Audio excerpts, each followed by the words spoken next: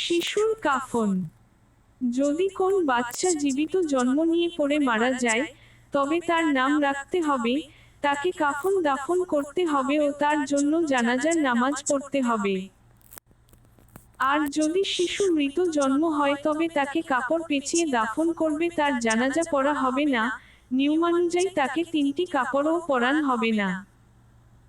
তদ্রূপ যদি কার অকাল গর্ভপাত এবং কোন অঙ্গ যথা মাথা, হাত, পা ইত্যাদি প্রকাশ না পায় তবে তাকে নামকরণ করতে হবে না। নিয়মানুযায়ী কাফন ও জানাজা পড়া হবে না।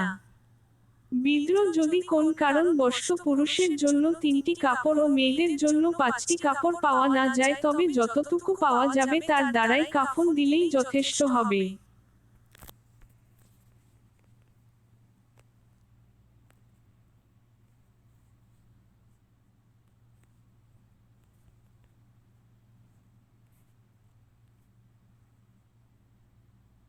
মুর্দাকে কাফন পোড়াবার নিয়ম।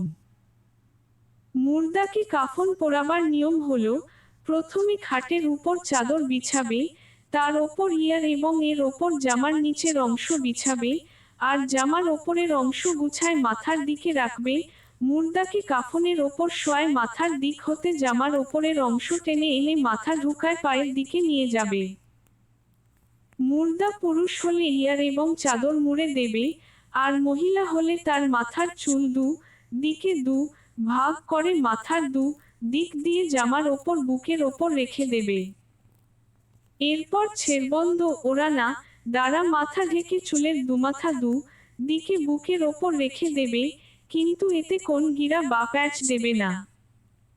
এরপর বাম পাশের ইয়ার শরীরের ওপর লেপটায় দেবে এবং ডান পাশের দিক হতে বাম পাশের দিকে লেপটায় দিয়ে সিনাবন্ধ দ্বারা সিনা বাঁধবে। এরপর প্রথমে চাদরের বাম পাশ এবং পরে ডান পাশ মুর্দার শরীরের ওপর লেপটায় দেবে। যদি খুলে যাওয়ার ভয় থাকে তাহলে একটি রশি দ্বারা পায়ের দিকে ও মাথার দিকে একটি বাঁধ দেবে। প্রকাশ থাকে যে, এসব বাঁধসমূহ কবরে শোয়াবার পর অবশ্যই খুলে দিতে হবে।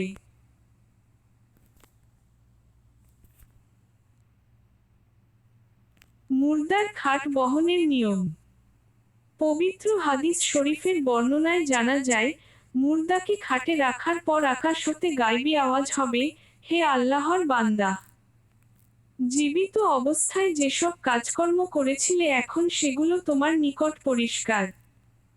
পবিত্র হাদিস শরীফের বর্ণনায় জানা যায়, মুর্দার খাট কবরের পাশে রাখার পর আকাশ হতে গায়বী আওয়াজ হবে, হে আল্লাহর বান্দা, এতদিন তুমি পৃথিবীতে খুবই আনন্দের সাথে ও হাসি খুশিতে ছিলে। আজ তৃণদুল্লত এবং চিন্তিত অবস্থায় আমার মধ্যে আশ্রয় নিবে।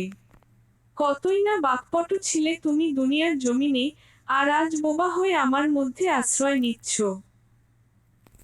জানাজার নামাজ শেষ হবার সাথে সাথে উচ্চস্বরে কালিমায় শাহাদাত, দোয়া দরুদ ইত্যাদি পড়তে পড়তে 4 জন নামাজি লোক খাটের চারকাইনে ধরে উঠিয়ে নিজ খাদে নেবে এবং মাইয়তের মাথার দিক সোজা করে কবরের দিকে নিয়ে যাবে।